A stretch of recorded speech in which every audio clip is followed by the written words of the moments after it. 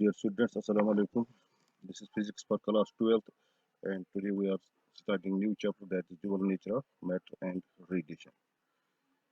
ठीक है।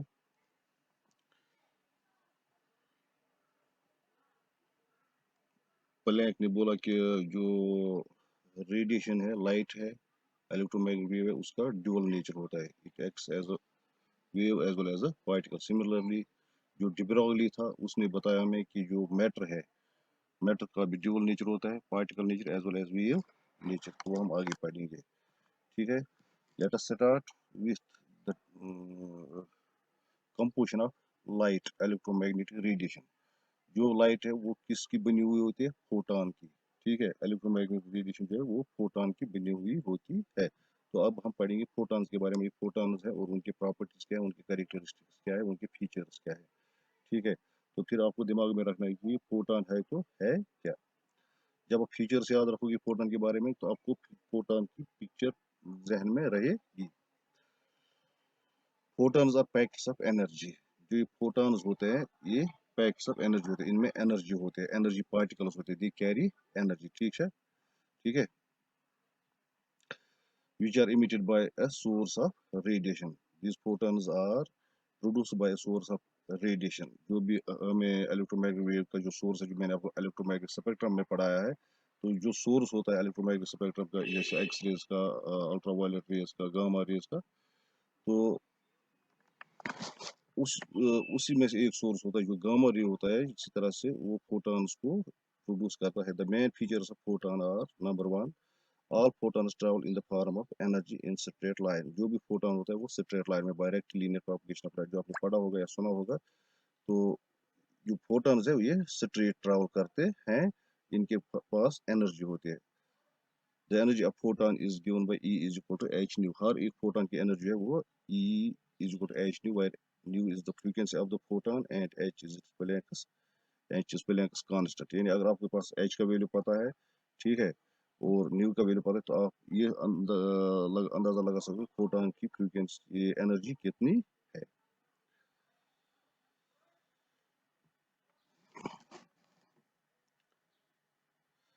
हमें पता है, हमारे पास एक फार्मूला है जो हमने 10th में पढ़ा है, सॉरी 9th में पढ़ी है। Velocity is equal frequency into wavelength. The relation between velocity, frequency and wavelength of a wave is given by velocity is equal to frequency into wavelength. यहाँ पे velocity, चूंकि light की velocity है, जो velocity of light, it is denoted by c। यहाँ पे v नहीं लिखना है, इसलिए हम ने यहाँ पे लिखा है c is equal to, c is the velocity of light. ये v नहीं है, ये न्यू है। जो v यहाँ पे आपको दिखाई दे रहा है, ये v नहीं, ये न्यू, न्यू NEW, न्यू है। ठीक है। Into lambda. ठीक है। where nu is the frequency, c is the velocity of light, nu is the frequency of light, and lambda is the wavelength of light। ठीक है।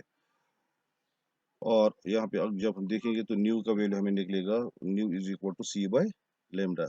जब हम इस लेमडा को लेफ्ट साइड में लेंगे तो ये c के नीचे आ जाएगा, डिवाइड हो जाएगा। ठीक है।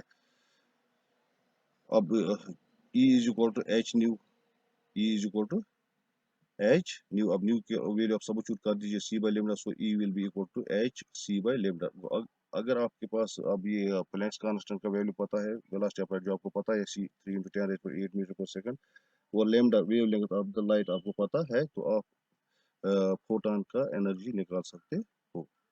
नंबर टू, जो दूसरा फीचर है, दूसरा कैरेक्टर है, दूसरी प्रॉपर्टी है फोटॉन की, all photons emitted by the source travel with the same speed. जो भी फोटॉन इमिट होता है उनकी स्पीड सबकी सेम होती है। कोई तेज नहीं चलता, कोई आहिस्ता नहीं चलता, सब एक ही स्पीड से चलते हैं। ठीक है।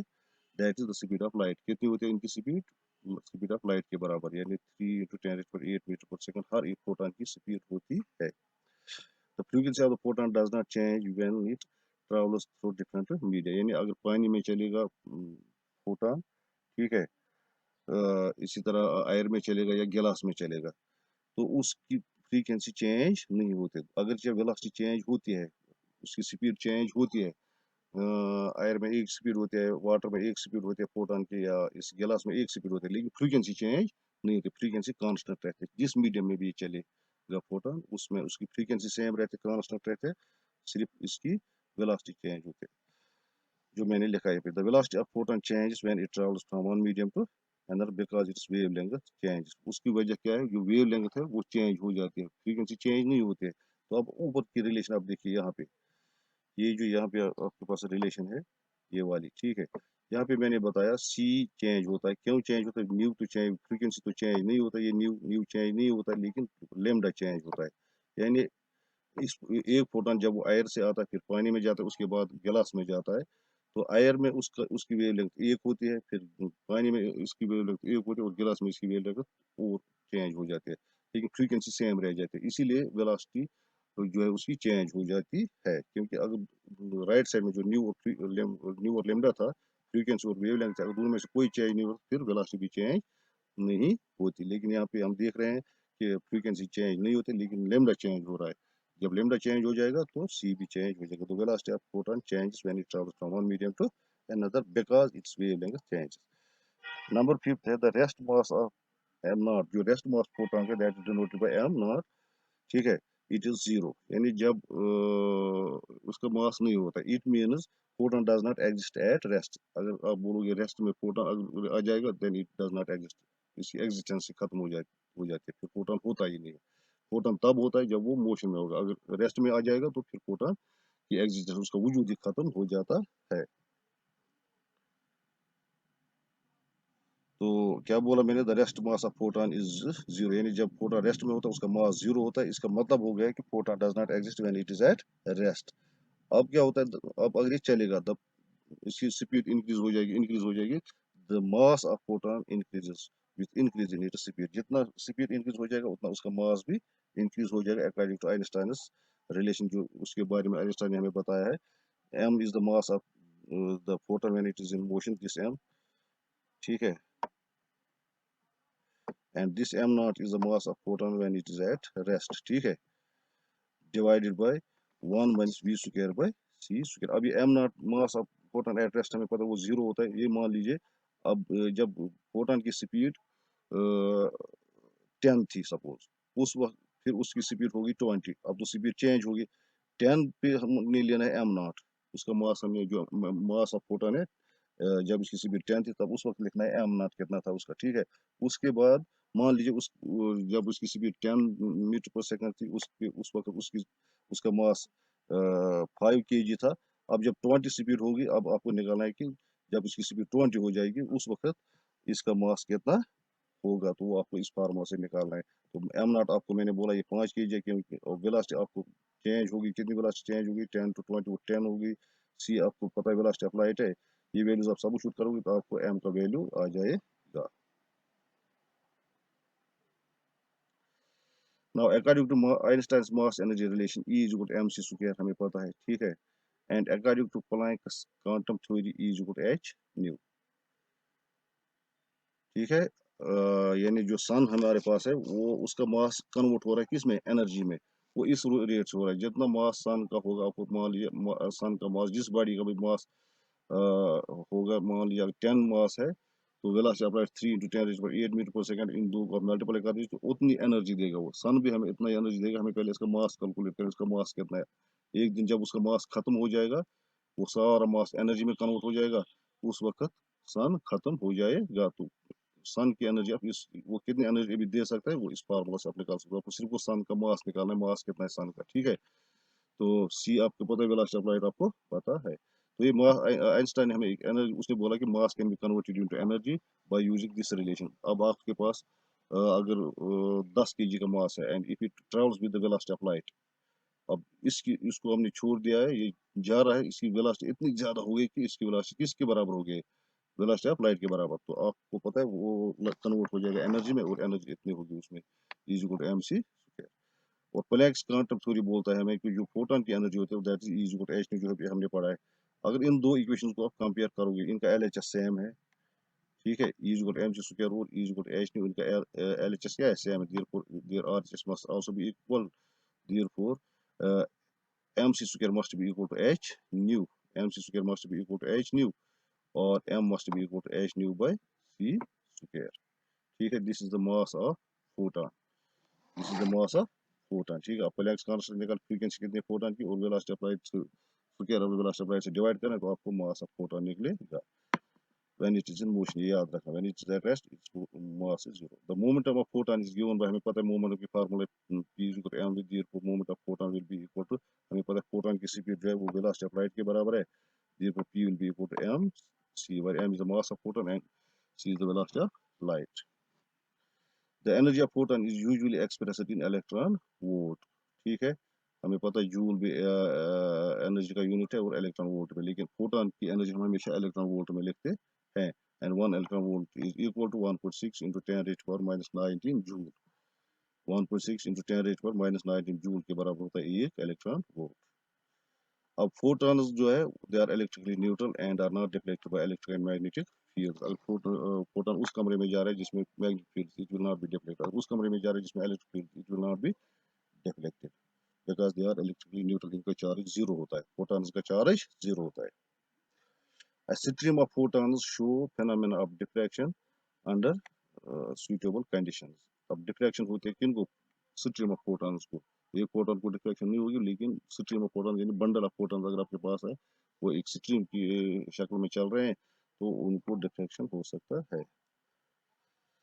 The intensity of light is directly proportional to number of photons. जितने फोटॉन्स होंगे ज्यादा होंगे, उतनी लाइट की इंटेंसिटी ज्यादा होगी। यानी अगर आपके सर पे एक बच्चे के सर पे 100 फोटॉन्स पड़ते हैं, तो दूसरे बच्चे के सर पे 200 फोटॉन्स पड़ते हैं। ठीक है, तो जिस पे 200 फोटॉन्स पड़ते हैं उसकी इंटेंसिटी ज्यादा है, उसके सर पे इंटेंसिटी ऑफ लाइट ज्यादा है। अब हमारा दूसरा टॉपिक है photo electric effect. The phenomena of emission ejection of electrons from the surface of a metal when light radiations of suitable frequency fall on them is called photoelectric effect। Photoelectric effect क्या है? Photo का मतलब ये होता है light, ये याद रखना। फोटो का मतलब है लाइट, ठीक है। इलेक्ट्रिक का मतलब होता है इलेक्ट्रिक करंट, यानी लाइट की वजह से अगर इलेक्ट्रिक करंट पैदा हो जाएगा, उसी को हम बोलते हैं फोटो इलेक्ट्रिक इफेक्ट। फिर से मैं बोलता हूँ, photo means light, electric means electric current. यानी अगर इलेक्ट्रिक करंट प्रोड्यूस हो जाएगा किसकी वजह से? फोटो की वजह से, लाइट की वजह से, इसको बोलते हैं हम फोटो इलेक्ट्रिक इफेक्ट। ये इफेक्ट हो गया किसका? फोटो का, यानी लाइट का, ठीक है। लेकिन लाइट, ये सारी लाइट जो है उनकी सूटेबल फ्रीक्वेंसी होनी चाहिए। ये नहीं हर कोई फ्रीक्वेंसी लाइट की, जितनी हमें पता है डिफरेंट फ्रीक्वेंसी है, इंफ्रारेड रेडिएशन है, वायलेट है, विपगाइड जो लाइट में होता है 7 कलर्स होते हैं, लेकिन एक ही कलर हमें जो है सूटेबल होगा, तो वो इमिट करेगा किसको? इलेक्ट्रॉन्स को। कहाँ से? मेटल सरफेस से, यानी मेटल पे जो पड़ता है वहां से वो इलेक्ट्रॉन्स को बाहर निकालता है, तो उसको बोलते हैं फोटो इलेक्ट्रिक इफेक्ट। अब जो the emitted electrons are called photo electron. जो मेटल से आप इलेक्ट्रॉन्स निकलेंगे किसकी वजह से? लाइट की वजह से, उन इलेक्ट्रॉन्स को बोलते हैं फोटो इलेक्ट्रॉन्स। अब अगर वो करंट बनाएंगे, अगर वो करंट चलेगा, the current so produce is called photo electric current. उस करंट को क्या बोलेंगे? Photo electric current. For example, alkali metals like lithium, sodium, potassium, cesium, etc. show photoelectric effect with visible light। यानी ये मेटल्स जो है lithium, sodium, potassium, caesium, अगर इन पे विजिबल लाइट भी पड़ेगी, तो उस ये वहाँ इलेक्ट्रॉन्स इमिट होते, इजेक्ट होते किससे? मेटल से, इन मेटल से। अगर इन मेटल्स पे सिर्फ कौन सी लाइट पड़ेगी? विजिबल लाइट पड़ेगी, उसकी वजह से भी ये क्या शो करते हैं? फोटो इलेक्ट्रिक इफेक्ट, ठीक है। इसी तरह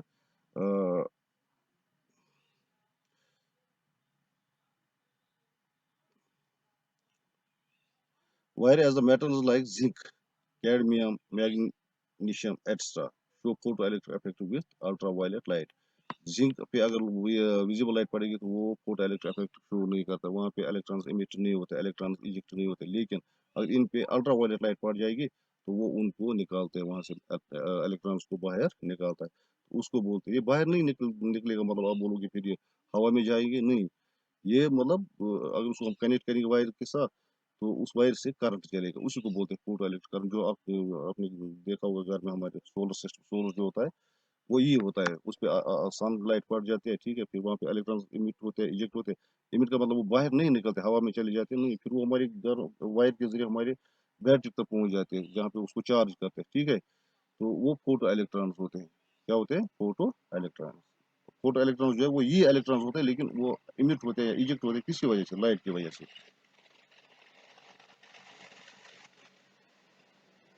अब experimental study of photo electric effect, it was done by Hertz and Lenard's, ठीक है। The phenomena of photoelectric effect was experimentally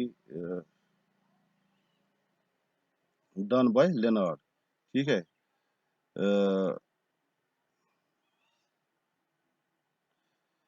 and its laws can be verified with the help of simple device known as photoelectric cell, जो आपको भी देखोगे। the apparatus जो है उसके लेनार्ड्स के, they consist of an evacuated cartridge और गिलास ट्यूब। ठीक है, एक गिलास ट्यूब होता है या कार्ट्स का ट्यूब होता है, कॉल्ड फोटो ट्यूब, उसको क्या बोलते हैं हम, फोटो ट्यूब बोलते हैं।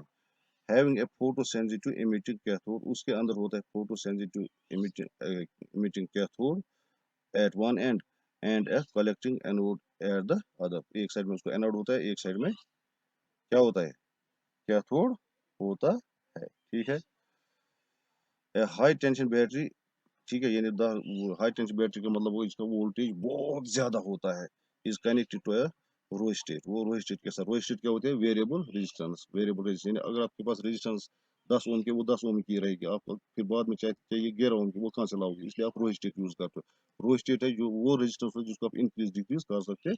वो अगर आपको 10 चाहिए 10 भी देगा, वो 11 भी देगा, उसको रोस्टेट बोलते हैं। तो आर एच से हम इसको डिनोट करते हैं।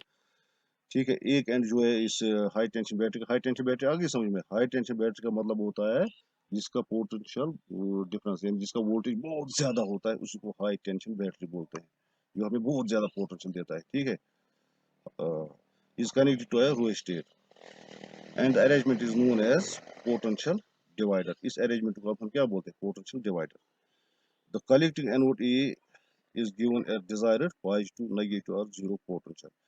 जो एनोड होता है उसको हम अगर बैटरी के पॉजिटिव के साथ भी कनेक्ट कर सकते हैं, बैटरी के नेगेटिव के साथ भी कनेक्ट कर सकते हैं, हम किसी के साथ भी नहीं कनेक्ट कर सकते। इसलिए हम उसको अगर पॉजिटिव के साथ कनेक्ट करेंगे तो उसको पॉजिटिव पोटेंशियल मिल जाएगा। अगर उसको नेगेटिव, बैटरी के नेगेटिव के साथ कनेक्ट करेंगे, किसको, एनोड को, ये याद रखना एनोड को, तो उसको नेगेटिव पोटेंशियल आ जाएगा। और अगर उसको कुछ भी कनेक्ट नहीं करेंगे, उसको जीरो पोटेंशियल आ जाएगा। With respect to cathode which is connected to a mid point of rheostat. जो कैथोड है वो रोस्टेट के मिड पॉइंट के साथ कनेक्ट है। And then earth, so that the cathode is always at zero potential. जो कैथोड वो हमेशा जीरो पोटेंशियल पे होता है। तो अब आपको याद रखना है, एनोड जो है, एनोड को आप पॉजिटिव भी पोटेंशियल भी दे सकते हो, नेगेटिव भी दे सकते हो, जीरो भी दे सकते हो, आपकी मर्जी है जो आपको चाहिए। लेकिन कैथोड हमेशा जीरो पोटेंशियल पे ही रहेगा, वो अर्थ होता है। The potential difference between the two electrodes, that is C and A, is measured with a voltmeter। तो वो उसको हम किससे मेजर करते हैं, वोल्टमीटर से। And the photo electric current जो प्रोड्यूस होगा वहां पे is measure with a micro ammeter as shown in fig. वो फिग में दिखाया गया है। ठीक है, यहाँ पे आप देखोगे ये कैथोड है। ठीक है, ये कैथोड जो है it is not connected to a bat, it is connected to a rheostat, ये याद रखना। It is not connected to a battery wire as जो एनोड है that can be given positive negative और इस फिग से आप देख सकते हो। When a monochromatic radiation light of suitable frequency falls on photosensitive cathode। अब यहाँ पे, यहाँ से आ गई मोनोक्रोमेटिक लाइट, ये ठीक है, ये इलेक्ट्रोमैग्नेटिक वेव मैंने यहाँ पे लिखा है, ये रेडिएशन इलेक्ट्रोमैग्नेटिक रेडिएशन है। It can be ultraviolet what ever it may be, ultraviolet और विजिबल। जब when it falls on cathode,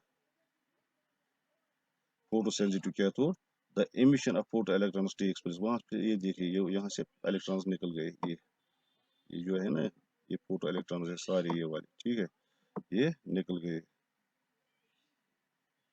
which are collected by anode. तो उनको कहाँ पे कलेक्ट हो जाता करते हैं, एनोड पे। उनको एनोड कलेक्ट करता है, केप्ट एट पॉजिटिव पोटेंशियल, जिसको हमने किस पे रखा है, पॉजिटिव पर। क्योंकि मैंने अभी बोला आपको, एनोड को पॉजिटिव पर भी रख सकते हो, नेगेटिव पर भी रख सकते हो, जीरो पे रख सकते हो, जो आपकी मर्जी है। ठीक है, पॉजिटिव पे इसलिए रखा है उनको क्योंकि इलेक्ट्रॉन जो है उनकी चार्ज नेगेटिव थे, ताकि उनको वो अट्रैक्ट कर पाए। विथ रेस्पेक्ट टू क्या, 10 photo electric current flows in the circuit which is measured by micro ammeter. तो वहाँ पे फोटो इलेक्ट्रिक करंट अब चल रहा है जिसको माइक्रो एमीटर मेजर करता है। ठीक है, व्हेन जीरो और negative potential is given to the anode. अगर आप जीरो और नेगेटिव पोटेंशियल दोगे तो फोटो इलेक्ट्रिक करंट डिक्रीज कितना हो जाएगा, फोटो इलेक्ट्रिक करंट क्या हो जाएगा, डिक्रीज हो जाएगा, because less number of electrons are emitted by the cathode. वहाँ पे कम इलेक्ट्रॉन्स निकलते हैं and are attracted by the anode. ठीक है, तो अब हमें पढ़ना है इंटेंसिटी ऑफ इंसिडेंट रेडिएशन। अब उस, ये जो है इंटेंसिटी, अगर इसकी इंटेंसिटी इंक्रीज डिक्रीज करेंगे तो फोटो इलेक्ट्रिक करंट को क्या हो जाएगा, क्या वो इंक्रीज हो जाएगा, डिक्रीज हो जाएगा, या कुछ नहीं, उस पर कोई असर नहीं पड़ेगा। इंटेंसिटी इस लाइट की इंसिडेंट रेडिएशन की, ये जो यहाँ पे इंसिडेंट रेडिएशन, इसकी इंटेंसिटी हम इंक्रीज करेंगे डिक्रीज करेंगे, हम देखेंगे। ये जो यहाँ पे एमीटर है, माइक्रो एमीटर, उसकी जो सुई है नीडर है क्या, उससे हमें पता चलेगा कि इसका जो फोटो इलेक्ट्रिक करंट है वो इंक्रीज होता है, डिक्रीज होता है या अनचेंज रहता है। ठीक है, तो अब हम ये पढ़ेंगे effect of this.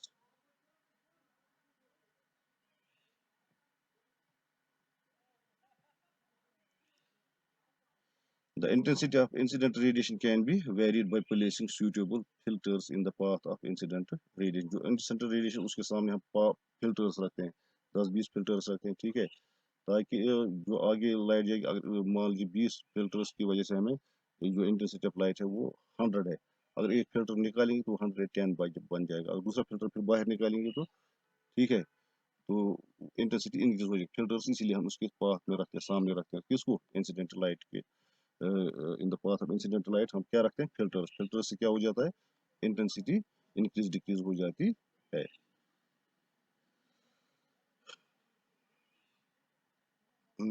By placing suitable filters in the path of the incident radiation of suitable frequency above the threshold frequency on a particular metal surface। अब क्या हो गया, अब देखिए उसकी वजह से क्या हो जाएगा। If the anode is kept at high pitch voltage जो हमने रखा था अभी with respect to cathode and a light of suitable frequency is allowed to fall on the photosensitive cathode, then the electrons emitted by cathode are attracted by the anode जो मैंने अभी बोल दिया आपको, producing a large photoelectric current which is measured by a micrometer। ये मैंने आपको बता दिया है, उसको माइक्रोमीटर की वजह से हम मेजर करते हैं फोटोइलेक्ट्रिक करंट को। अब क्या करना है, कीपिंग द फ्रीक्वेंसी कांस्टेंट, जो फ्रीक्वेंसी इंसिडेंट रेडिएशन की उसको चेंज नहीं करना, वो वही रखने हैं। And also keeping anode at high point पर, और जो हमने अभी रखा है एनोड हाई पॉइंट पोर्ट से, उसको भी चेंज नहीं करना है। ठीक है, and removing the filters in the path of incident radiation one by one। तो अब हम एक एक करके removing the filters used in the path of incident radiation, जो हमने वो filters 10-20 यूज किए थे, एक एक करके उनको निकालेंगे ताकि इंटेंसिटी इंक्रीज हो जाएगी।